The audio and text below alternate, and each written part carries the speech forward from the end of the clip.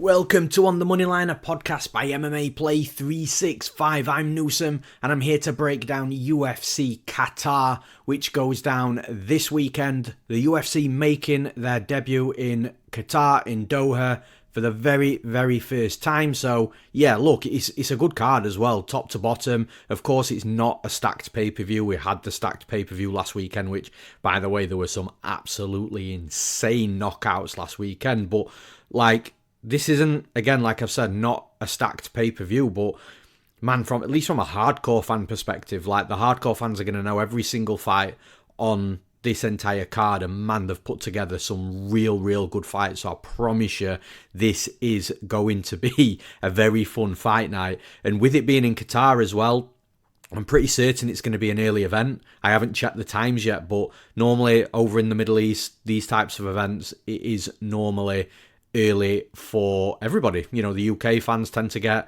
a afternoon card or maybe an early evening card depending on the time that the event starts. And of course, everybody over the pond in the US as well, you get an earlier start time. I don't know whether that's breakfast and fights for you guys, depending on the time zone in the US. But yeah, it is looking like it's likely going to be an early card. But like I said, I haven't checked the times. So yeah, make sure you check the times before you make any arrangements to watch the card. But like I say, normally these events in the Middle East are on early time starts. Now, just before we get into all the breakdowns of these great fights, if you are wanting to jump into the action this weekend from a betting perspective, then make sure you do so at MMAplay365.com. We've got something for every type of gambler. I say this week in, week out. If you're a long-term gambler that likes written breakdowns with justifications of the recommended plays, then that section is for you. If you are somebody that likes to do absolutely no work whatsoever and tailor professional handicapper, which is myself, then we've got an official bet section,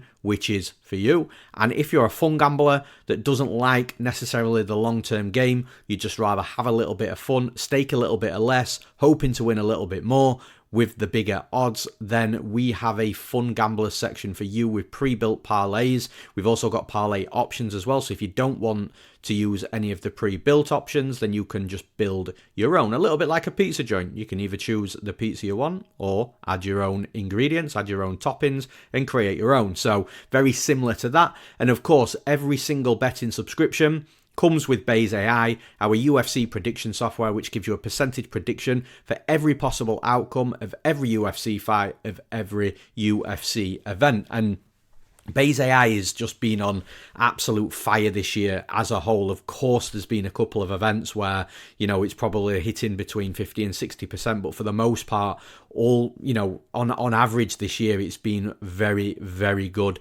Even last weekend, it was like 9-0, I think, until the Leon Edwards loss, which Leon Edwards was actually looking unbelievable in that first round and, got caught in the second round. So, yeah, Base AI is absolutely firing, but the best thing about MMA Play 365 is the prize points. Our ethos is we want you to make your money back as quickly as you possibly can that you spend with us, so you can start profiting on top of your bets. And the best way to do that is making our service super affordable. It's $5 for one event, $10 a month, or it's $99 for an entire year. So again, super affordable, and that's all at MMAplay365.com. And with the intro out the way, with the promo out of the way, let's get down to breaking some fights down. And of course, as always, we start in the main event. 5 rounds at lightweight. We've got Arman Tsarukyan versus Dan Hooker. And look, with all due respect, we don't need to spend too much time on this fight. Arman Tsarukyan is a heavy favourite, -500 in this main event, and you can absolutely understand why.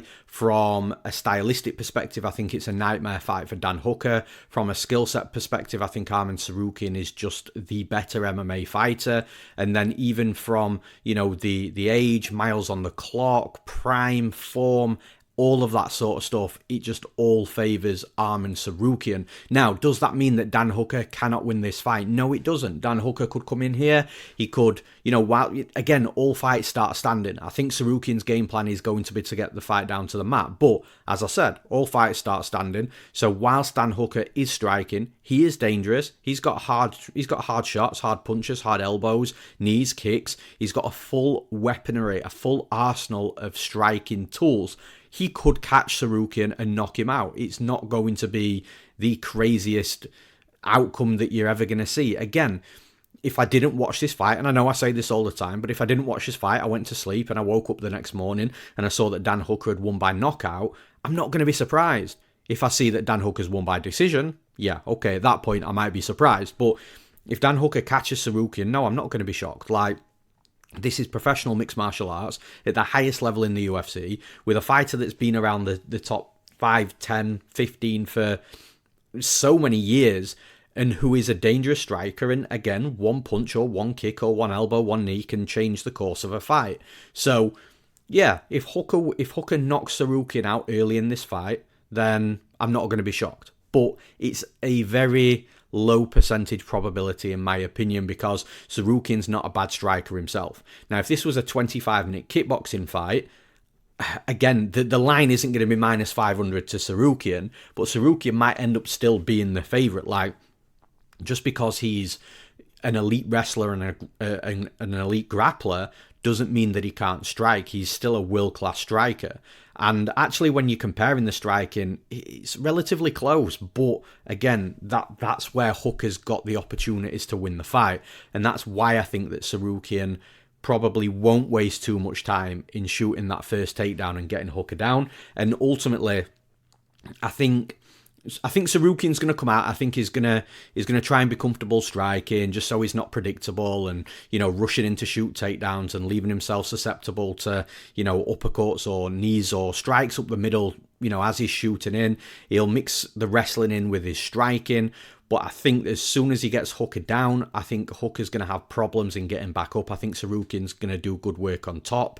And the more success that Tsarukyan has within the first takedown or two, I think it's just going to set the tone, and I think it'll just make Tsarukyan think, look, this is my path to victory. This is the path of least resistance, and that's what I'm going to continue to do in this fight. I don't know how many times Dan Hooker can get back up to his feet before, the morale breaks inside the cage and then he starts really struggling and tiring, and the longer the fight goes on, the more smothering I think Tsarukyan's going to be. And then even late in the fight, if Tsarukyan's spent 3 or 4 rounds, just wrestle fucking Hooker and spending good time on top, then Tsarukyan might end up being able to throw some hands, because Hooker's going to be hesitant in coming forwards, in throwing himself, because he knows he's just going to get taken down again if he overexerts or makes a mistake. So I actually think the wrestling and the grappling of Tsarukyan is going to allow him to strike in this fight, but maybe a little bit later on after he's worked Hooker a bit and got him tired. But like I say, ultimately, Dan Hooker could win this fight, knockout potentially early in this fight. I think it's a small window of opportunity. I think it's a low percentage probability. But for me, it's Tsarukyan. I think Tsarukyan can strike with Hooker, but the wrestling and grappling is going to be the difference maker. So for those reasons, I'm picking Arman Tsarukyan to win this fight. And in the next fight, in the co-main event, we've got a good one at the top of the welterweight division. We've got Belal Muhammad versus Ian Machado Garry. Now, for me, this fight could have been 5 rounds. I think there will be a large portion and percentage of fans that will be happy that it's not 5 rounds. And the reason I say that is, look, to the masses, Garry and Belal Muhammad don't have the most exciting styles of fighting. But you've got to respect the technical work that goes behind everything that both of these fighters do, because they're both very good strikers, they're both very good wrestlers, they're both very good grapplers. But what makes the fights probably a little bit less entertaining is because they're both very good defensively as well. So they are outputting at their own pace. When they're setting the pace, they're setting the range, the outputs at their own pace. And also they're very conscious from a defensive perspective, which again, that means that they're not going into wild boxing exchanges. They're not outputting like 6, 7, 8 strikes on average per minute.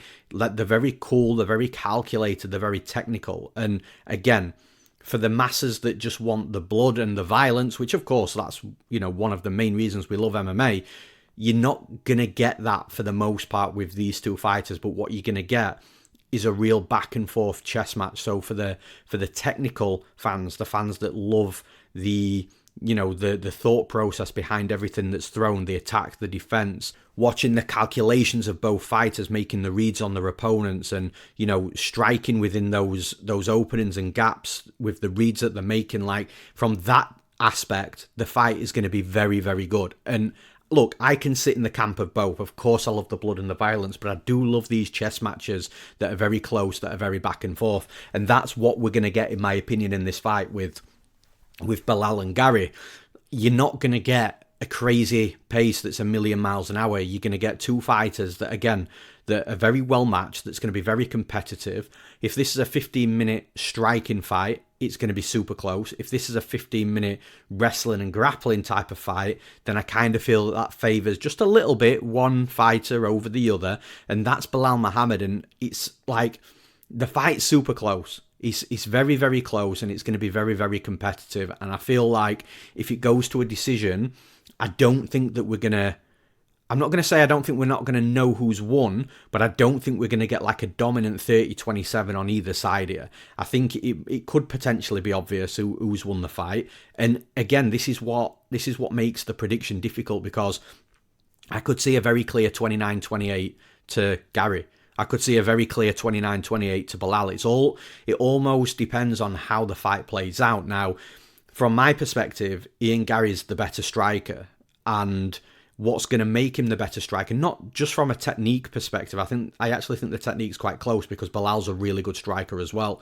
But I think Garry's just going to be a little bit taller, a little bit longer. He's a little bit more defensively conscious. And even though Belal's good defensively, Garry will not put himself in situations where he's taking too much damage. Like, look what he did against Carlos Praches early in that fight. Again, he did fade late in that fight, but early on, Praches just couldn't get anywhere close to him, and that's because of Garry's defensive work. That how he blends the attack to defense is really, really good.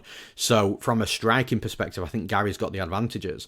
But the wrestling and grappling, like, yes, Ian Garry's got good defensive wrestling and good defensive grappling, but Belal can be very smothering with that wrestling and grappling. I think he's better than a lot of people give him credit for. Not just the Leon Edwards fight where he threw him around a little bit, but I just feel that Belal Muhammad has always been super solid just everywhere. And that wrestling and grappling, I think, is going to be his path of least resistance. Now, I don't think that he's going to put on this relentless wrestling performance.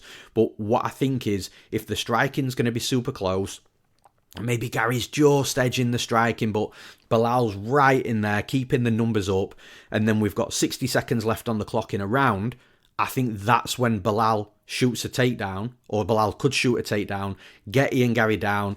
I think Garry will get back up to his feet, but Belal could stay on him with a lock around his body, and maybe rinse and repeat another couple of takedowns against the cage. Nothing too significant happening with the takedown, but enough to swallow that 60 seconds with the judges seeing that Belal is the one that's controlling the end of the round. And just naturally, the latter parts of the round is what the judges remember the most, unless there's been like a significant moment early in the fight, like a knockdown or a flurry, a combination where somebody, where one of the fighters has been rocked or wobbled. But I just think it's going to be a super close and competitive fight where, one fighter, like I say, Garry might be winning the round, just edging it striking, but then Belal just changes things towards the end of the fight with a takedown, that veteran takedown that you see very often. But yeah, like I say, I just think it's super close, super competitive. And the bottom line for me here is I can make a very strong argument, or I could make a very strong argument for either fighter winning. Is anyone really going to be surprised if Belal Muhammad comes out winning this fight? And the reason why I've targeted Belal Muhammad with that is because looking at the betting line, you've got Belal Muhammad that's like a plus 200, plus 205 underdog, with Ian Garry at around minus 235, minus 240. The line's just messed badly. Like, look, if Garry's a minus 150 favourite, minus 140 favourite, okay, I get it. Like, I don't need to make too much of an argument there, but up at like minus 225, minus 235, minus 240, I just disagree with that. And like I say, I think the fight is so much closer than the betting line suggests. And in a fight that I do think is going to be close and competitive, I do think Ian Garry, like, my actual pick here is Ian Garry to win the fight. But if you are betting this fight, there's absolutely no way that you can bet Ian Garry, in my opinion, at minus 235, minus 240. So, look, the actual pick is going to be Ian Garry because I do feel that he's still on the rise, whereas Belal Muhammad has been up there. He's been a champion. He's lost the belt. I'm not saying he's declining, but he's kind of reached his heights, whereas Ian Garry hasn't yet, but he's on his way to. So, yeah, I am picking Ian Garry by the smallest of margins, but from a betting perspective, if you're betting this fight, it's Belal Muhammad that's got all the value on that number. So I don't normally do this. I will normally side with the underdog in these types of fights, but I do have the gut feeling that Gary's going to edge this one. So yeah, from a straight pick and prediction perspective only, I'm picking Ian Machado Garry to win this fight. And in the next fight, we've got Volkan Oezdemir versus Alonzo Menifield. Now, it's an interesting fight. Like, Alonzo Menifield's just an absolute unit, and I don't know, there's something about him. I've just got this soft spot for Menifield where I just feel that I like to support the guy. I just want him to do well. Seems like a decent dude as well from how he carries himself and how he acts inside the cage and all that sort of stuff. So yeah, Menifield's a fighter that I just genuinely want to do well, and I just like these big fighters that you can see have got raw power, but like, he doesn't fight in the way that you think or that you'd want him to fight. Like, he is very clinch heavy when he's in a fight where he's not gonna overwhelm his opponent from a technical striking perspective. And that's kind of what I feel like is going to happen in this fight with Oezdemir. Now, Oezdemir is experienced as a vet. He's been at the top of the division, fighting the best of the best for years and years. There is miles on the clock there, but I also think that the fight IQ and the experience that Oezdemir's got from being a UFC veteran for all these years is going to play a big factor in this fight. I don't think Menifield is going to come out and outwork Oezdemir from a technical perspective. I don't think he's going to outwork him from a volume perspective. And that's ultimately why I think Alonzo Menifield's going to struggle. I think we're going to see a Menifield fight where he's probably going to try and bully Oezdemir with big punches, throw punches so he crashes into the clinch, and then try to use his strength to pin Oezdemir against the cage. And this is, again, I say this quite a lot, and I never really like predicting who's going to be the stronger fighter, the more physical fighter inside the cage, because you can be wrong, and I have been wrong on very many occasions, because fighters can have deceptive strength. Like, if you put Alonzo Menifield and Oezdemir side by side and ask a member of the public who they think is going to be the stronger fighter, 100% of the people are going to pick Alonzo Menifield. But Menifield might be the more physical fighter. He might be the stronger fighter. But I'm not confident because I know Oezdemir is deceptively strong as well. Like, look, even from a punch perspective, look at the knockouts that Oezdemir has landed previously. Like, punches that don't look like they should be hurting fighters, never mind knocking them out. So I do think that from a strength perspective, I'm not confident that Menifield's going to be the stronger fighter.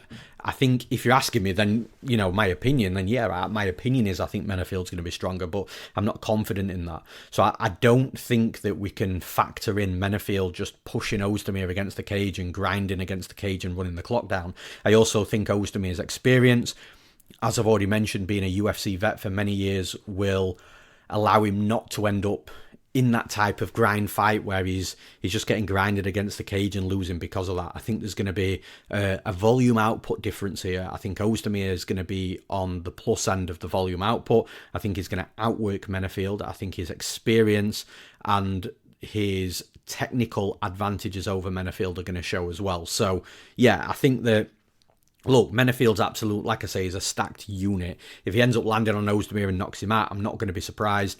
But I just think there's going to be more to this fight than Menifield going in there and knocking an experienced fighter like Oezdemir out. I think Oezdemir, like I say, technical striking advantage. I think he's going to outwork him with volume as well, and because of that, win the fight. So for those reasons, I'm picking Volkan Oezdemir to win this fight. Now, in the next fight, we've got Hermansson versus Myktykbek, Orolbai. Now, the interesting fact with this fight, and one of the major talking points in my opinion, is Hermansson, for the first time in his 33-fight professional career, is moving down to welterweight.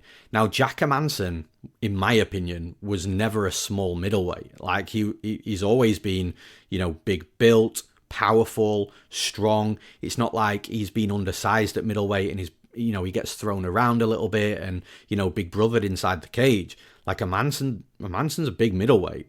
So to leave it till he's 37 years old and 33 fights into his career to move down a weight division to welterweight, like, this is super interesting. And it reminds me of when, like, your Edson Barboza moved down in weight, Jose Aldo moved down in weight as well, both of them late in their careers. They actually both had success down in weight as well. And I think a lot of people were wondering whether, again, Aldo and Barboza, those types of fighters, would be able to make that weight cut at, the ages that they were at, because they were closer to the end of their careers than they were to the prime. So I think it was a bit of a surprise when those older fighters were moving down in weight. And A, could they make the weight? B, how horrible or good would they look on the scales? And C, how would they perform inside the cage from a skill set perspective?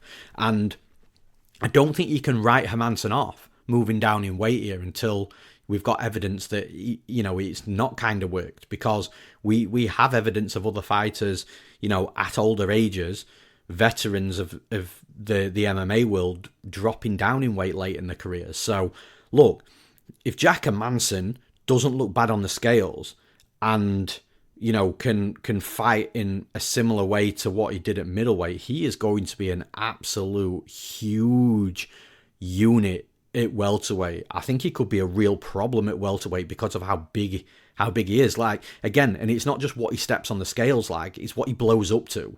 So once he's spent 24 hours rehydrating, putting food back in his system, water back in his system, like, what is he going to blow? Well, he's going to look absolutely huge inside the cage, I think. Now, look, Myktykbek Orolbai isn't a small welterweight either, by the way. Like, he's a fighter that I think could compete at middleweight. So I don't think that this is a fighter that Jack Hermansson's going to be able to big brother. But I definitely think there's fights in this welterweight division that Hermansson is going to big brother. But Orolbai, I do think, is going to hold his own from a strength and physical perspective against Hermansson. But again, you come back to, what I was saying with Oezdemir a minute ago. You've got experience on Hermansson's side, who's been at the top of the UFC middleweight division for years, fought the best of the best. You've got him being a UFC veteran. And then on the flip side, you've got Orolbai, who is still somewhat new to the UFC. I think it's 4 fights in, but he's already taken a loss in those 4 fights, and the loss came against Rebetsky, that is getting beaten at the minute by other fighters. So I don't think that's a loss that's aged overly well. The wins that he's had, the 3 wins that he's had in the UFC, again, the competition has been okay, but just not Jack Hermansson. So this is where it gets tricky, because Orolbai, like I say, is fresher than Hermansson, less miles on the clock than Hermansson, but he's still working up that level of competition. And I actually think this is a big step up in competition for Hermansson. A big step up in competition for Orolbai fighting Hermansson. And Hermansson has done this to other fights as well. Look at Joe Pyfer, who, in my opinion, is one of the brighter prospects at middleweight. Like, Pyfer's going to be, give it 18, 24 months, and Pyfer's going to be up there in the top 3, in my opinion. And Jack Hermansson was the one that handed Pyfer that veteran loss. Orolbai, same thing. Like, Orolbai has already took his loss against Rebetsky, but again, from stepping up to Hermansson, this is another fight and another opponent for Hermansson to really hand a veteran loss to. And I think that's a probability. That's got a good probability of happening. And you look at Orolbai. How does Orolbai win fights? He wins fights by, his striking's okay, he's got power, but he wins fights by being this relentless wrestling force. Now, the only fighter that's ever had a ton of success in Hermansson's UFC career, taking him down multiple times, was Talas Leites back in the day. That was actually, though, 3 for 3 on takedowns. So Hermansson had 3 takedowns, Talas Leites had 3 takedowns. But actually, if you go back to that fight, I remember that fight really well, actually, because I had quite a lot of money on Jack Hermansson to win. And Jack Hermansson, I actually can't remember now thinking about it. It was either, I think it was his shoulder or his knee or something like that was severely injured early in the fight to the point where he was just fighting through the pain. Toughness was shining through, and he ended up winning that fight as well when he was on the way to losing it because of that injury. And Thales Leites is the only fighter that's actually really got at him that many times from a wrestling perspective. Hermansson is a very underrated wrestler. And even when you look at when Gastelum took him down, Gastelum took him down and then got subbed. So Hermansson's got a dangerous grappling game as well. Now with Orolbai's shown that he can be dominant early, but he fades late in fights. And he fades late because of the pace that he puts on from a wrestling perspective. But Hermansson isn't going to fade in 3 rounds from wrestling and grappling. So this is why I think this is a good fight for Hermansson. I mean, the betting lines don't agree. Hermansson's a plus 200 underdog, I think. But I'm just looking at this fight thinking from a striking perspective, the only thing that concerns me here, because Hermansson is a good striker, but the only thing that concerns me is how bad is this weight cut going to be? Because if Hermansson looks horrible on the scales, it's obvious that he's cut a serious amount of weight. And when you cut a serious amount of weight and it's not come off very easily, you can be very dehydrated, which does affect the durability. And Orolbai does have bricks in his hands. So that's the only thing that concerns me in this fight. Hermansson's not 31, 32 anymore. He's 37, 38, closer to 40 than he is to 30. Factually, and he's got miles on the clock. He's been in the cage against some of the best over the years. Now he's moving down in weight. Is there going to be an issue with durability? It's a question mark. It's not a red flag because we don't know that yet.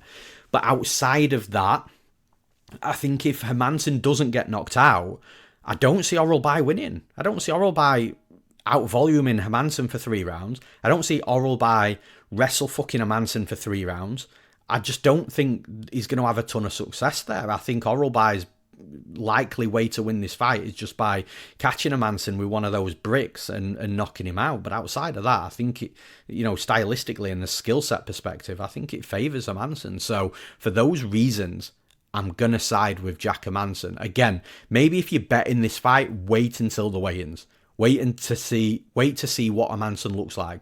If he's looking if he looks shaky, if he looks like he's had absolute hell in making weight, then maybe just don't play Hermansson. If your initial thought was to play him, but you see that, I would probably advise staying away from that. But from Monday, when I'm recording this podcast, I'm picking Jack Hermansson to win this fight. And in the next fight, we're in the heavyweight division with the big boys. We've got Serghei Spivac versus Shamil Gaziev. Now, Shamil Gaziev's a fighter that I liked a lot from when he came into the UFC. Watched plenty of tape on him outside of the UFC. I still think he's a really good addition to the UFC. He's a fighter that is stoic, that comes forward, that's got power. He's patient because he knows he's got power as well. He can wrestle and he can grapple.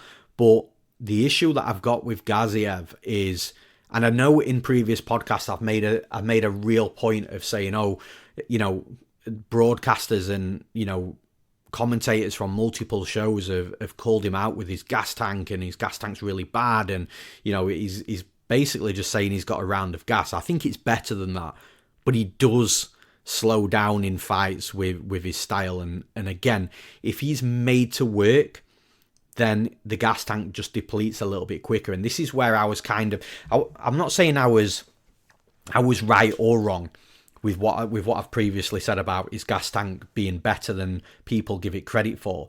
But what I will say is, until he came to the UFC, he wasn't really overly worked by any previous opponents to the point where you could point and say, right, that gas tank has been depleted because he's been made to work. But now we have kind of seen that in the UFC. The Rosenstruik fight was very, very clear. It was very clear evidence of that.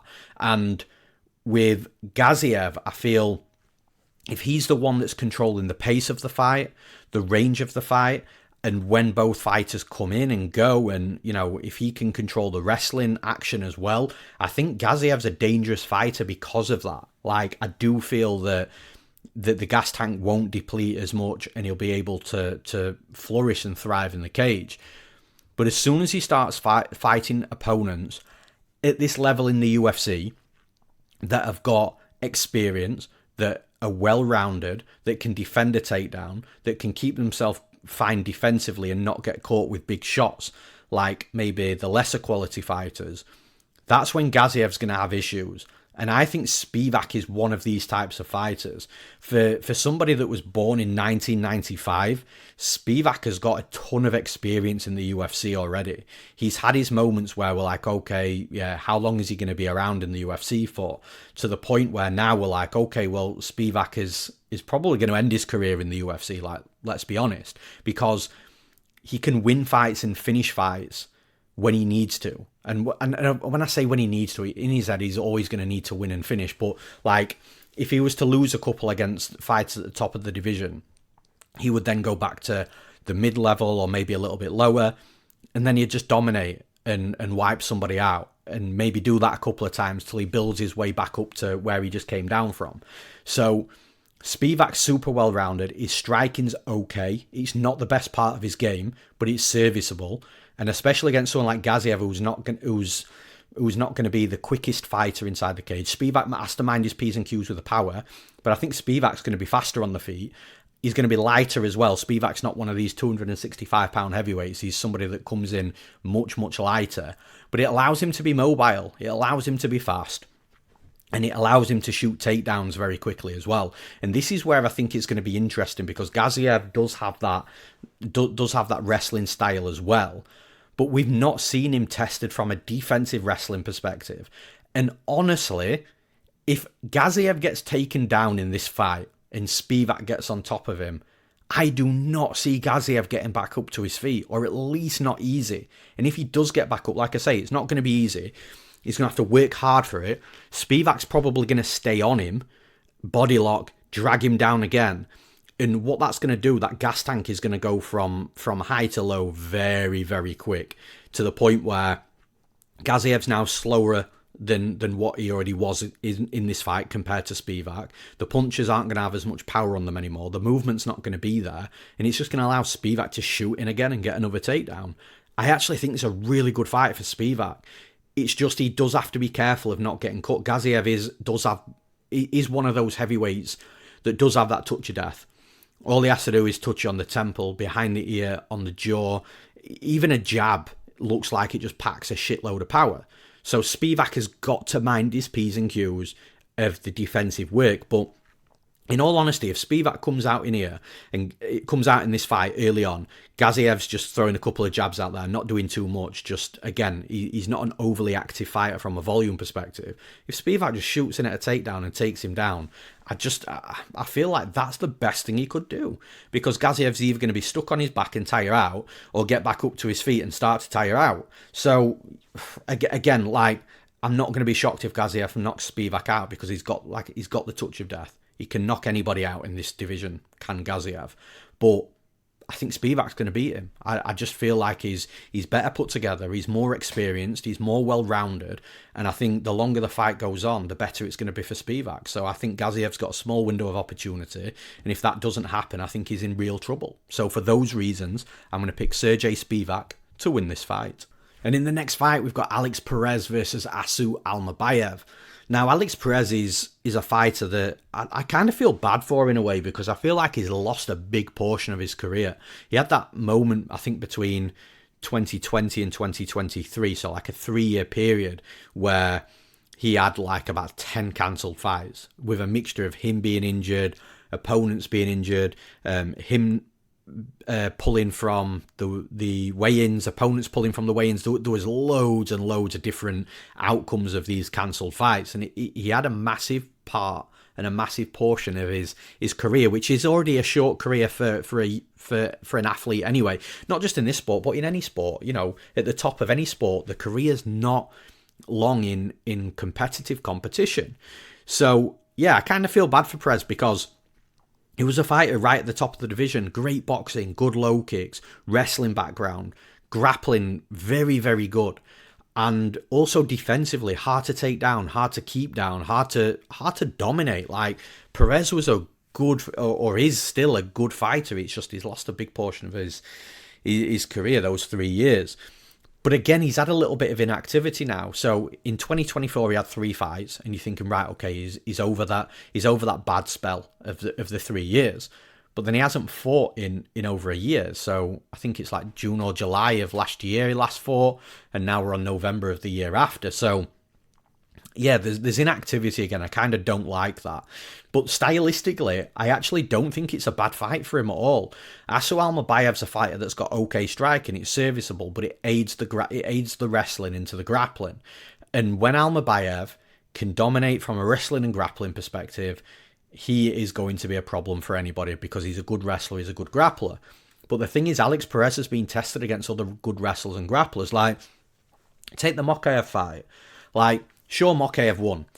So the stats will tell you Mokaev won and got 3 takedowns and won by decision. So you're thinking, before you watch the fight, okay, well, Mokaev took him down in round 1 and Perez couldn't do anything. He took round 1 and then 2 and 3 went the same way. And that's not the case. Like, Mokaev didn't have a good period of control on top of Perez. He just got the 3 takedowns and then somehow, managed to squeak a decision from a striking perspective. A lot of people thought Perez actually won that fight. I've watched it a few times, and every time I'm just thinking it could have gone to Perez. So, yeah, look, Perez has been tested from a wrestling and grappling perspective. He's very difficult to take down. He's very hard to keep down once you get him down. So, for Almabayev, I think Almabayev's going to have a problem getting him down, or if he does get him down, keeping him down. And then Perez is going to get back up to his feet. And then from a striking perspective, Perez is the better striker. And you look at like the Almabayev and Nicolau fight. Like, again, I had a lot of money on Almabayev to beat Nicolau, which he did end up beating him. But that was very sketchy there. Once Almabayev's wrestling once Almabayev's wrestling actually wasn't working how he wanted it to, and the topside grappling wasn't working how he wanted it to, Nicolau was good and was lighting him up on the feet. And Nicolau, again, similar to Perez, really good wrestling and grappling game, and quite a dangerous striker. So again, very similar. But it wasn't working for Almabayev. And then I think it was the last round, if I remember correctly, where it was like 1-1 going into the third round, and Almabayev got a takedown sort of halfway through the round and just managed to stay on top and sketch out that decision win. But I just don't think Perez is going to get done like that. I don't think he's going to get taken down like that. I don't think he's going to get kept down like that if he is taken down. I will say, I'll always say never. I'll never say never with takedowns, getting taken down. But Perez won't stay on his back. He won't make it easy for Almabayev. He'll keep forcing his way back up to the feet. And yeah, I think eventually the work on the feet will outweigh any wrestling and grappling that happens in this fight. And bear in mind, we haven't even spoken about what happens if Perez takes Almabayev down. Perez is a high-level wrestler. He could take Almabayev down. Then what's Almabayev going to be like off his back? Like, he's a predominant wrestler and top-side grappler. What's he going to be like bottom side? Like, look, I think it's a fight for Perez, if I'm being honest. Like, again, the only thing that causes me some pause is inactivity and the fact that he is a little bit older. Almabayev's fresher, probably still improving as well, if I'm being honest. But yeah, I think stylistically, it's a tough fight for Almabayev. So for those reasons, I'm picking Alex Perez to win this fight. And in the next fight, we've got a UFC debut that has been long awaited, especially from the UK MMA fans. We've got Luke Riley versus Bogdan Grad. Now, Luke Riley was supposed to be on the Contender Series last year, I believe. I think there was some like visa issues or something. And I'm pretty sure he got put forward to the Contender Series this year as well. Again, I can't confirm nor deny that because I don't know. But yeah, he makes his UFC debut. It's very clear that the UFC liked Luke Riley. He trains at Next Gen with the likes of Paddy Pimblett and actually another Next Gen fighter that is making his UFC debut, which we will talk about in a few fights because it happens on this card as well. But yeah, Luke Riley is, a good fighter. Like I say, Next Gen in Liverpool, which is bred some real good fighters over the years. Again, Paddy Pimblett being probably the major one that's come out of there, especially in recent years. And Luke Riley's a good fighter. My jury is still out on Luke Riley of his ceiling. Like, he's a good fighter. He's got a Thai background. Of course, just like most fighters from Next Gen, he's got a wicked good grappling game as well. So Luke Riley's going to do well in the UFC, in my opinion. He's going to win plenty of fights. But I'm just, again, the jury's just still out on his ceiling. I'm just not sure yet. And, you know, the same thing could have been said for Paddy Pimblett as well. When Paddy first came into the UFC, we were a little bit unsure. How is he going to develop? How is he going to handle the bigger moments? How is he going to handle the step-ups in competition? And now look at Paddy Pimblett. So I'm not saying that Riley can't get up there. It's just, I just don't know yet. I just need to see more of it against the real tough competition in the UFC. But I do think it's a good first fight for him here with Bogdan Grad. Now, Grad's a very meat and potatoes type of fighter. Great all round, you know, good striking, good wrestling, good grappling. Defensively can be got at, but he's also sound at the same time. And I think with Bogdan Grad, he's a UFC caliber fighter, but there's a certain level in the UFC that he will beat and look good against. But I do think there's a certain level of competition, and when he starts facing the step-ups in competition, that he will struggle against. And I kind of think this might be one of those step-ups that we're just not totally aware of yet. But I do think that Luke Riley's, like I say, is dangerous from a striking perspective, Thai background, I believe. And then from the wrestling and grappling side, I think Riley's just got Grad's number wherever the fight goes. I think he's going to be the better striker, the better wrestler, the better grappler. I think he's going to cause Grad a lot of problems with forward pressure, the pace that he sets in fights as well. I really do think this is going to be a very good UFC opener for Luke Riley. I think it's a perfect fight for him because Grad is well-rounded and good everywhere. I do think it's going to bring the best out of Luke Riley and make him shine on the stage in his UFC debut, where the UFC, I'm assuming, want him to shine as well. But like I say, I just feel that he's got Grad's number wherever the fight goes, and because Grad's got quality about him as well, it's going to bring the best out of Riley and force a real good performance. So for those reasons, I'm picking Luke Riley to win this fight. And in the next fight, we've got AbdulRakhman Yakhaev versus Raffael Cerqueria. So this is Yakhaev UFC debut from the Contender Series. He's definitely one of these Chechen fighters that has got the powerful striking into the wrestling and grappling. Like, if you look at his chain wrestling and his grappling scrambles and the way that he works from position to position, he's very, very good. And I actually think he's a fighter that I'm really interested to see moving forwards, because he's a big dude that's got this real scrappy grappling game. When I say scrappy, I don't mean like it's messy or anything. I just mean that, you know, he'll shoot a takedown on the cage. If the double leg works and his opponent gets back up, he'll keep a hold of the single leg. And then when the opponent starts trying to defend the single leg, he'll get a body lock. And then he's throwing his opponent down to the mat. His opponent gets back up. He instantly takes, you know, moves chest to back and then throws a hook in and then pulls his opponent back down. The way he chains his positions from a grappling perspective is very impressive for a very big man with power. So I actually think Yakhaev is one of these fighters definitely to keep an eye on, because he could prove to be very, very good in this division. Now, Cerqueria on the other side, he's just not lived up to whatever the UFC saw in him. And look, when I say that, like, I don't know what the UFC saw in him, I actually mean that, like, literally. He was one of these fighters that fought for Demo Fight, I think, in Brazil. I'm sure Demo Fight's the promotion.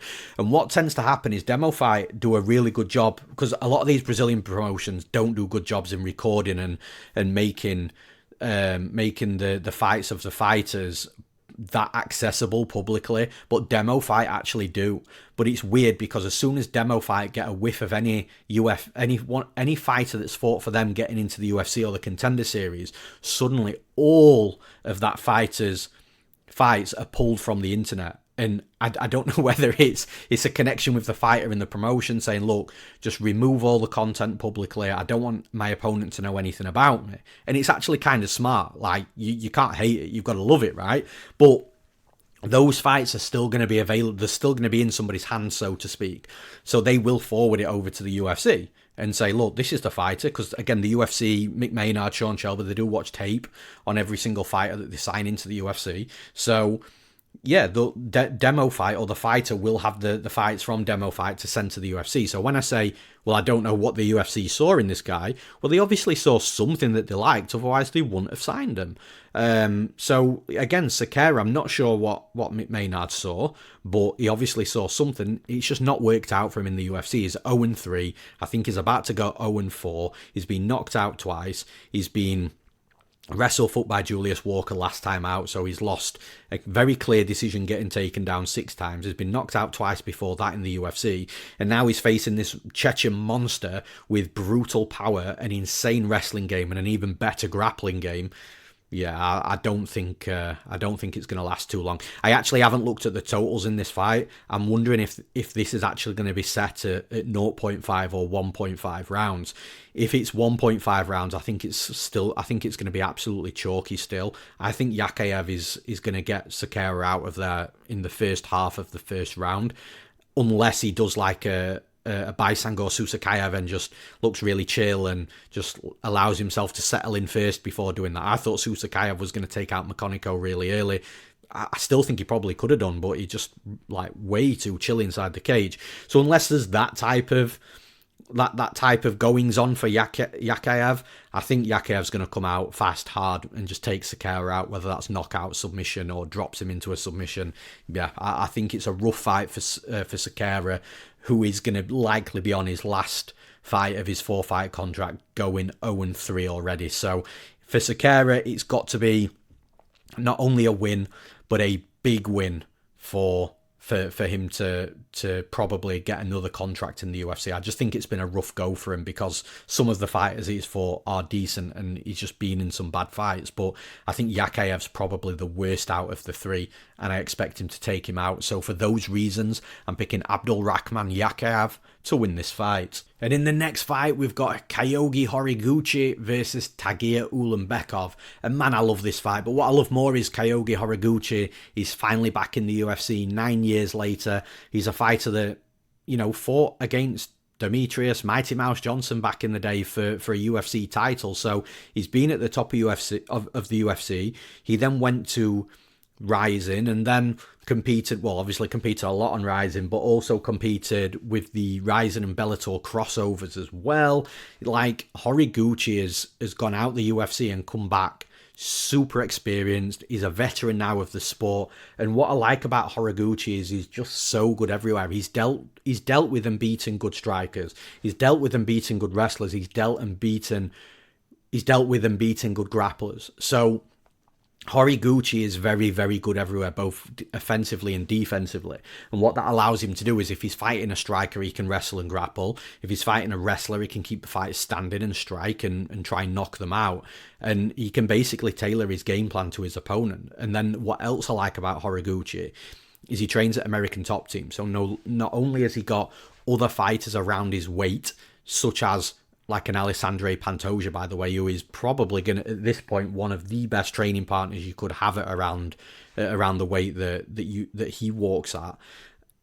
From a striking, wrestling, grappling perspective, he just doesn't get much better than Aleksandre Pantoja right now. So then you've got the coaches at American Top Team, high-level coaches, world-class MMA gym, good game plans, can set fighters up in a certain way. And then you've got Tagir Ulanbekov on the other side, who is an insanely good fighter as well. He's a fighter that I've been hot on, I've been cold on in certain fights, but Ulanbekov's a winner. Like, this is what makes it a very good fight because, like I say, on one side I'm thinking, well, look, Tagir Ulanbekov's a little bit fresher in his career, less miles on the clock, definitely a fighter on the way up as well. Can be beaten, Tim Elliott beat him. And again, like, no disrespect to Tim Elliott, but that wasn't the best prime Tim Elliott that you're going to see. So you're thinking, well, if Tim Elliott can kind of do it and Tim Elliott did it by blending the wrestling within the grappling, but also by managing the wrestling and the grappling coming back from Tagir Ulanbekov as well. That's how Tim Elliott managed to do it. He was so good defensively wrestling and grappling that it allowed his offensive game to kick in. And you can say the same thing about Horiguchi. Like, Horiguchi is that type of fighter that will work well defensively wrestling and grappling and then blend the striking in beautifully. So kind of thinking that in a super close and competitive fight, which I think it's going to be, Horiguchi might have a very good chance of winning this fight. And I don't think he'd ever whitewash Ulanbekov and make it look easy. But on the flip side, even if Ulanbekov wins, I don't think he's going to whitewash Horiguchi and make that look easy either. I think it's going to be a hard-fought fight, back and forth. There's going to be takedowns on either side. I think there's going to be grappling on either side. I think both fighters are going to spend moments on the back. Both fighters are going to spend moments on top. I think we're going to see some good striking exchanges as well. I don't think Ulanbekov's going to go in there and take Horiguchi out. And yeah, I think that Horiguchi's, stylistically, this is the type of fight that he's probably going to really enjoy. And it's also the type of fight I think can be game planned very well as well. The only thing, again, that causes me a little bit of pause here is Horiguchi has had some injuries, and late in his career, after you've had, after you've got a lot of miles on the clock, and you've been around so many fight camps and training every day for years and years and years at this high level. Once the injuries start, it's how is the body going to cope with that? How's the recovery going to be? These two were scheduled to fight, I think it was earlier in the summer this year. But again, it was Horiguchi that pulled out. I think it was a rib injury, which, again, ribs can be quite tricky. It's not easy to sort of diagnose exactly what's wrong with the rib. You kind of just have to, leave it, see what happens, be patient and be careful with it. And again, just go back at it at the right time to make sure you don't do any lasting or, any longer damage than what's needed. But yeah, the injuries and the age/mileage on the clock is the only thing that gives me a little bit of pause here. But Horiguchi is still class, and he's got a good team around him. He's going to have a good camp behind him as well. So yeah, and look, you look at the betting odds as well. You've got Horiguchi at like plus 150, plus 145, and I don't think that that's accurate. Like, look, if somebody said to me that Ulanbekov's minus 125 and Horiguchi's plus 100, yeah, okay, I get that plus money on Horiguchi. But Ulanbekov nearly at minus 200, yeah, I can't get that. So it is one of these fights that I do think is going to be super close and competitive, and I'm going to side with the underdog in this fight for those reasons. So for those reasons, I'm picking Kyoji Horiguchi to win this fight. And in the next fight, we've got Bezkat Almakhan versus Aleksandre Topuria. So Almakhan's a fighter that I like a lot. I feel like he's going to be like one of these, well, not feel like he's going to be. He is one of these like lightning fast fighters that's got crazy scrambles when it gets to the grappling. He's got good wrestling. The initial opening to his UFC debut obviously didn't go his way, but he was also fighting Umar Nurmagomedov, so probably the worst, one of the worst fighters you could possibly imagine fighting on a UFC debut. He actually did okay early on against Umar as well, but again, the quality shone through, and that was Almakhan just basically saying, look, I'll fight your top guy, give me a contract in the UFC, I'll fight your top guy, and then, he can get good fights after. And then he did go out there and knock out Brad Katona in the first round. Looked super impressive. I expected him to win that fight, but not in the way that he did it. But yeah, Almakhan's one of these fighters that I like a lot. I think he's going to be really tricky. Now, Aleksandre Topuria, again, the jury's still out on Topuria. Although that win against Colby Thickness was actually a good win. It was clean, it was concise, there was a level of control in there for Topuria as well, round by round. So again, what you can't do with Topuria is compare him to his brother. And I do think those comparisons will happen naturally, but it's kind of unfair because Ilia Topuria is operating on a completely different level than Aleksandre Topuria. So you've got to treat Aleksandre Topuria as his own fighter. And like I say, he's got a good quality. He's got a good all-round game set. I do think that there's areas where he's definitely going to need to improve. But ultimately, he can strike. He's got power, especially that right hand. I compare it a lot to like how Dan Henderson used to carry it. He carries it nice and cocked up. Throws his left hand out, jabs, left hooks, all that sort of stuff. And that right hand's just ready. It's ready for when he's confident it's going to land. He won't throw it too many times and want to miss with it. So, yeah, Topuria's got power in that right hand and he can wrestle and grapple as well.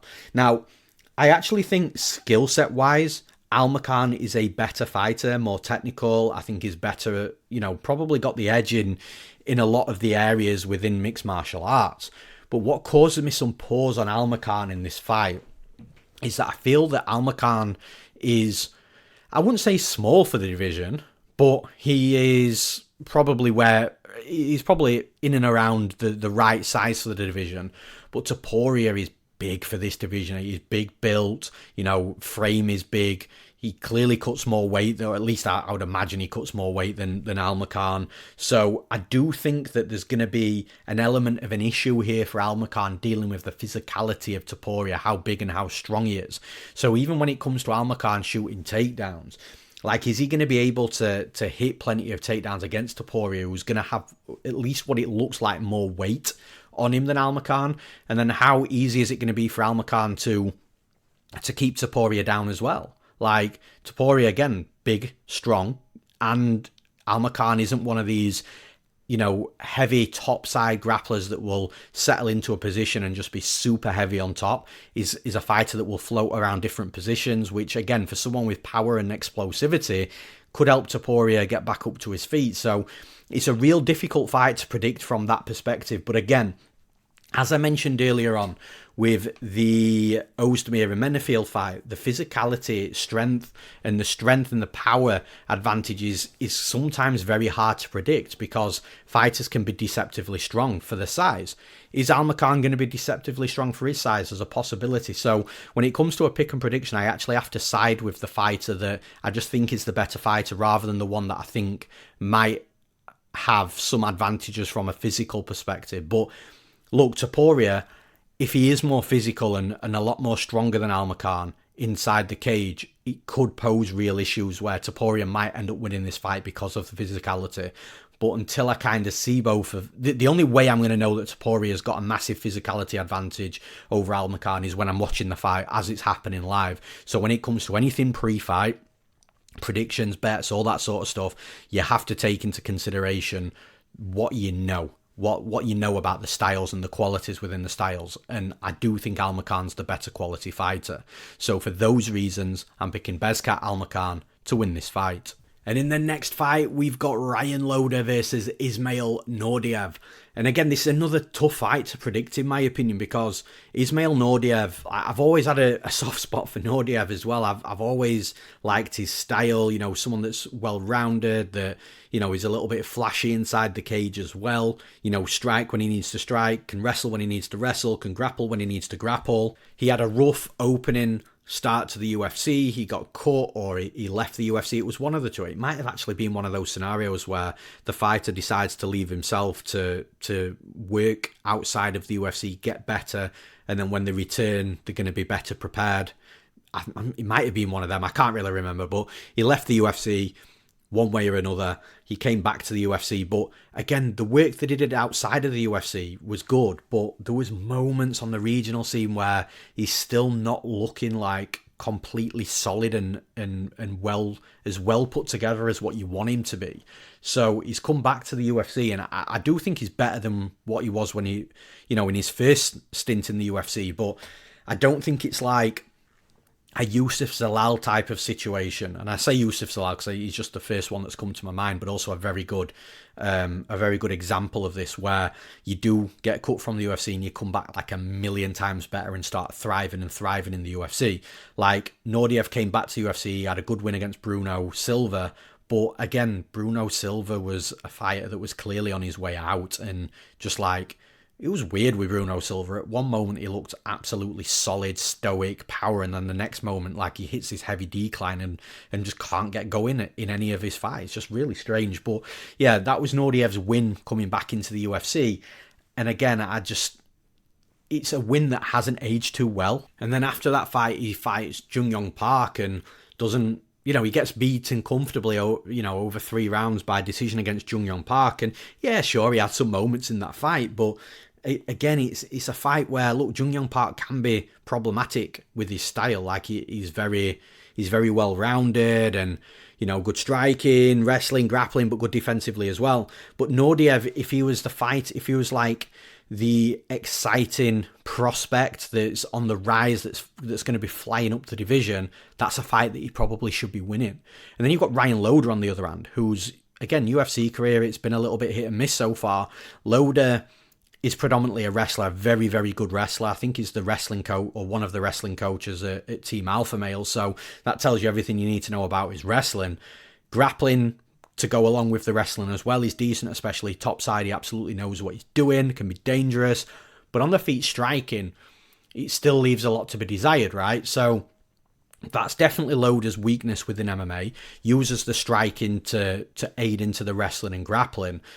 And it's a difficult fight because whilst it's on the feet, I think Nordiev's going to be he's going to be the clearly better striker here. I think he's going to be landing on Loader. I think Loader's going to be struggling. I think he's going to be getting hit. If Loader starts moving back, that's going to be bad for Loader because, he's then going to, when you're moving on the back foot, it's then very difficult to hit takedowns, which I think he is going to need takedowns to win this fight. But then when you're looking at the wrestling, Loader can absolutely get Nordiev down. And if Nordiev gets taken down by Loader, Loader is very heavy topside. You can see he's one of these top-heavy wrestlers where, he will set in a position and he will lay strong on top of his opponent. And he's got grappling to sort of keep the opponent down as well as the heavy top game. So I think that Loader can get Nordiev down. And if he does start getting takedowns in this fight, Nordiev's going to have problems on his back.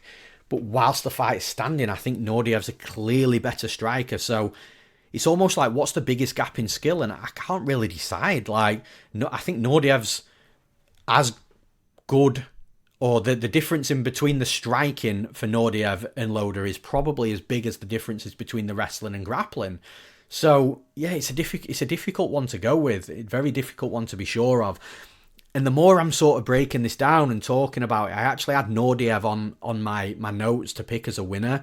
But I don't know. I'm just feeling that the right move's probably going to be Loader. Because you look at the betting line, you've got Nordiev that's minus 150, minus 160. And Loader that's, plus 130, plus 140. I just think it's too wide. I think it probably should be a dead even pick 'em if I'm being honest. If this was minus 110 on it, both of them have got legitimate paths to victory. They've both got a path of least resistance. They could both dominate. Nordiev could go out there and spark Loader out early. Loader could go out there, take Nordiev down, either grind him for 3 rounds, 30-27 via wrestling, or take him out with a submission. Or we could get a back and forth fight where we see a little bit of everything. Nordiev wins around striking, Loader wins around wrestling and grappling. And then there's a third round where the first half of it, Nordiev's doing good work striking, but then the second half of it, Loader's got a takedown and does good work grappling. Then it goes to a super sketchy, sweaty, split decision type of decision on the scorecards. So I think it should be a minus 110 pick'em. And for that reason, I am actually going to flip what I was originally going to pick as Nordiev to go with Ryan Loader here because, it's a betting podcast and in a fight that I do think could potentially be a coin toss and play out super close. There's an underdog that probably shouldn't be an underdog. So for those reasons, I'm picking Ryan Loader to win this fight. And in the next fight, we've got another long-awaited UFC debut from the UK MMA perspective. We've got Nurullo Aliyev versus Shamrock. So it's actually Shamrock that's the fighter from the UK that has been long-awaited for his UFC debut. Again, this is the second fighter. I mentioned it earlier in the Luke Riley breakdown that there was another fighter from Next Gen in Liverpool from the UK that's also a very good grappler, and that's Shamrock. So I think this is probably one of the most intriguing fights on the entire card stylistically because Shamrock's predominantly a grappler and Nurullo Aliyev is predominantly a wrestler and a grappler. So it's going to be super interesting to see how this fight plays out. Now, on the feet striking, again, both fighters have got that game and that style where they're going to throw hands to close the distance to take their opponent down so they can get to grapple with them. So I kind of feel like both fighters are going to probably get what they want here. They're both going to be trying to get this fight down to the mat.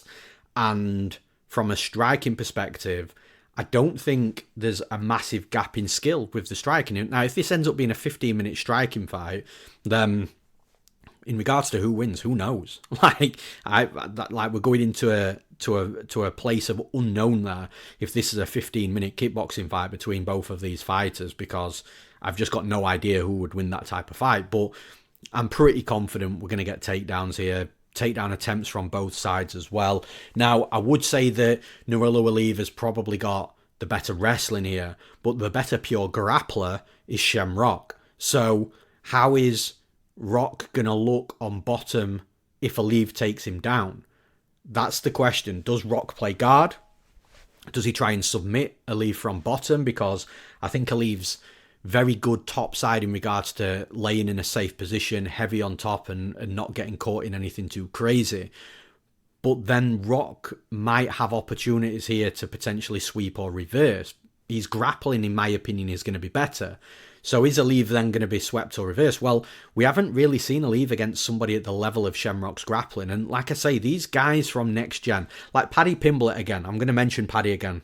Now, people don't give Paddy enough credit for how good of a grappler he is. You talk to anybody in, on this UK MMA scene, and Paddy Pimblett, regardless of what you think of Paddy Pimblett as a fighter or as a striker or as a wrestler, his grappling is next level. It is high level. It's elite grappling. The guys from next gen, they all tend to have this world-class grappling game, and Rock is another one of these fights. I promise you, his grappling is legit. So although it's quite hard to imagine, okay, well, if Aleev gets on top, is Rock going to sweep and reverse against a legit topside wrestler? It's hard to imagine, but it's definitely possible because Rock is a good grappler. So yeah, and look, we saw a fight a few weeks ago with Jailton Almeida and Alexander Volkov, where Volkov was, rewarded for the work that he did off his back, with Jailton Almeida not doing a lot on top. That could be that type of fight here. Rock will be the one active and working off his back, and Aleev, I don't imagine, will be doing too much on. I don't think he'll lay there flat and not do anything. That's why it kind of makes it pretty close. But then you've got to ask your question, what happens if Rock gets on top of Aleev? Like, Rock's the better grappler, and Aleev's normally the fighter that's on top. So if Rock can get on top of Aleev, man, I think Aleev's got real problems in this fight. It's a tough one. I've picked and bet against Aleev before. It didn't kind of work out, and I felt a little bit daft for it. It was the Raffael Alves fight, and even though Alves had some moments in that fight, Aleev ended up just completely nullifying him. But the way Aleev nullifies fighters in a top position are against grapplers that aren't at the level of grappling that Shamrock has.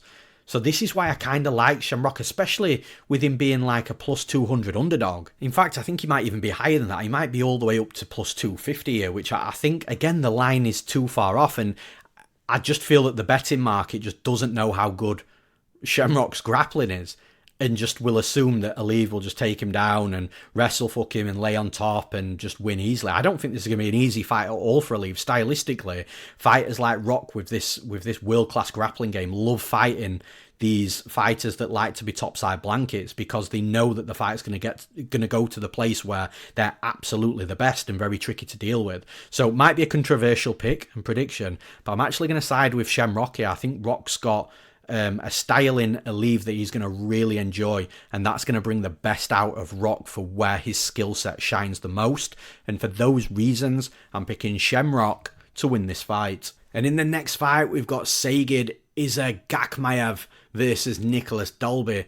Now, Isagakhmaev making his UFC debut. Now, this is a fighter that has been on the UFC radar for quite a while.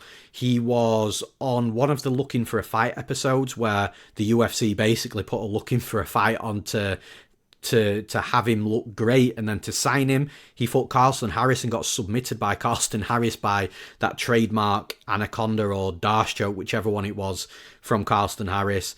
And the UFC actually signed Harris instead of, Isagakhmaev. But that was the fight where Isagakhmaev was supposed to be signed to the UFC. And then I think, I could be wrong about this, I think they either tried to or they did do another Looking for a Fight episode with Isagakhmaev. But either way, he's in the UFC now. He's got a really good record. He's a typical strong Russian fighter, decent striking. Again, it aids into the wrestling and grappling. Very high-level grappler as well. And yeah, it's been a long time coming, and he's a fighter that is absolutely UFC ready, and your typical Russian. Now, Nicholas Dalby, Dalby should be losing this fight, and I don't mean that in a bad way. It might sound terrible, but what I mean by that is Isagakhmaev's just a dominant wrestler, grappler type of fighter that should be beating a lot of fighters outside of the top 15 in the UFC, because he's got the quality and skill set to do that. But Dalby's this dog, man, and he's the exact type of fighter that can cause problems for a fighter making a long-awaited UFC debut, because Yakhaev is finally at this stage where he's competing under the brightest lights, competing against the best level of competition, and Dalby's that stoic veteran that's been around the block, that's good everywhere, that can cause an upset. Like Dalby was the one that caused the Gabriel Bonfim upset, and he looked phenomenal in that fight. He didn't look overly great in his few fights before Bonfim. He hasn't looked overly great in the fights after Bonfim, but he showed up and showed that there's a veteran difference in experience in these fighters that have been in the UFC for a long time. He showed up against Bonfim and just took the fight to Bonfim and looked good in doing so.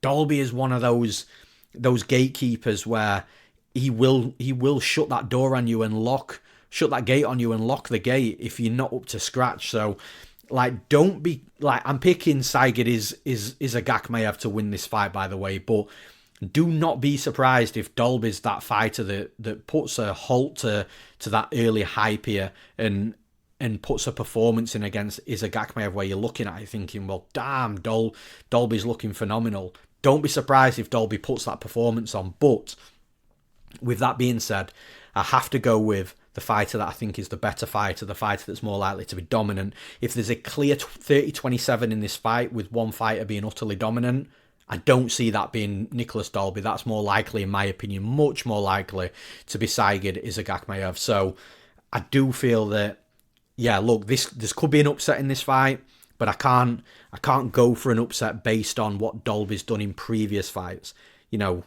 It's a different fighter, it's a different style of fighter, and Yakhaev has got that dominant Russian type of style of fighting. So for those reasons, I'm picking Serghei Yakhaev to win this fight. And in the next fight, the final fight to break down, we're in the heavyweight division.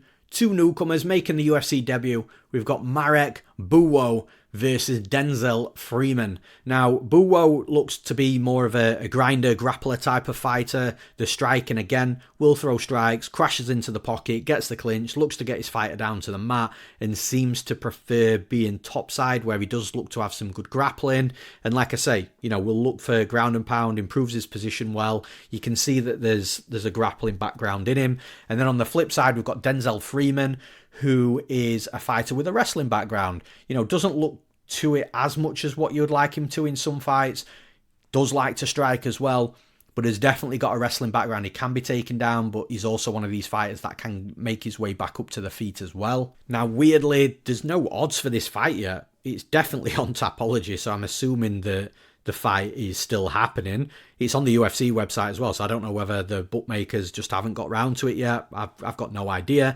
If I was going to line this fight, though, and this is going to give away, obviously, my pick and prediction, I would be setting Freeman as a slight favourite, maybe up to around -150.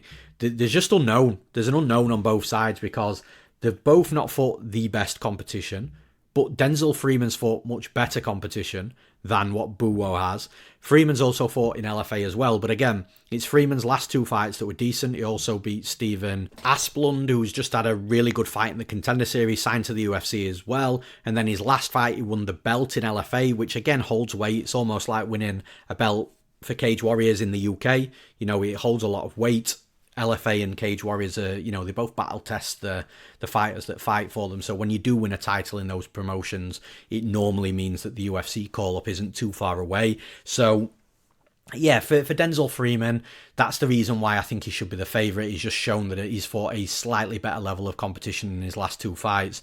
And Marek Buwo just hasn't fought anybody of a decent record. But again, what you've got to take into consideration here is that heavyweight, it's hard to find fights and hard to get, fights against good quality opponents. You look at, anybody that looks at Tom Aspinall, go and look at Tom Aspinall's record of the opponents he was fighting outside of the UFC. They were terrible, or at least not great. And, again, when he came to the UFC, everyone was asking the same question. Well, how good is he because of the record and the level of competition and the record of the opponents he was fighting? But he was just fighting what he could get. It's very difficult. There does seem to be a massive lack of heavyweights and light heavyweights globally. So, yeah, look at where Aspinall is now. He's the UFC heavyweight champion. So that doesn't always mean that a fighter's not going to be good at heavyweight. But, again, when you've got a bit of an unknown on both sides, you've got two fighters making the UFC debut. Neither of them have fought great competition in general. It's tough to be very confident. But, again, Freeman is an former LFA champion. He's got a win against a fighter that's now currently in the UFC from a Contender Series win. So, yeah, that's the side I'm leaning with. For those reasons, I'm picking Denzel Freeman to win this fight. And that's all for this episode of the podcast. Really long podcast, actually. 14 fights again, though. So, again, when it does start to get 13, 14 fights on a card, the breakdowns can sometimes go over an hour. So I do apologise for those that like it under an hour, but it is what it is. And yeah, thank you for everybody tuning in as always. If you listen on one of the podcast platforms like Spotify, Apple Podcast, Amazon Music, anything like that, then you can please come over to YouTube. It would be massively appreciated. And subscribe to the YouTube channel, like the video, comment as well. I always try and get back to all the comments. It is me from the MMA Play 365 YouTube account that does get back to people.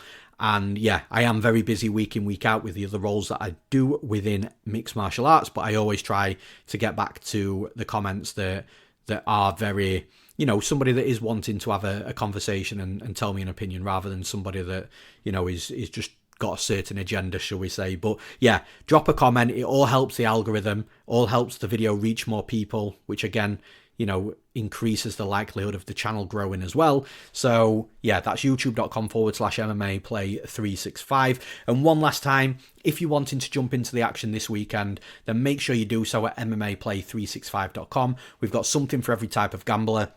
Every betting package and subscription from a professional handicapper perspective comes with our AI from Base AI, which is our UFC prediction software that's on or been on a heater all year. Phenomenal job week in, week out. Everything is all in one place. We don't separate the two subscriptions, and everything's super affordable as well. It's just $5 for one event, $10 a month, or $99 for an entire year. Our prices are super affordable, so you can make your money back as quickly as you possibly can, so you can start profiting on top of your bets. And that's all at MMAplay365.com. I'm Newsome. Thanks for listening. I'll see you again next week.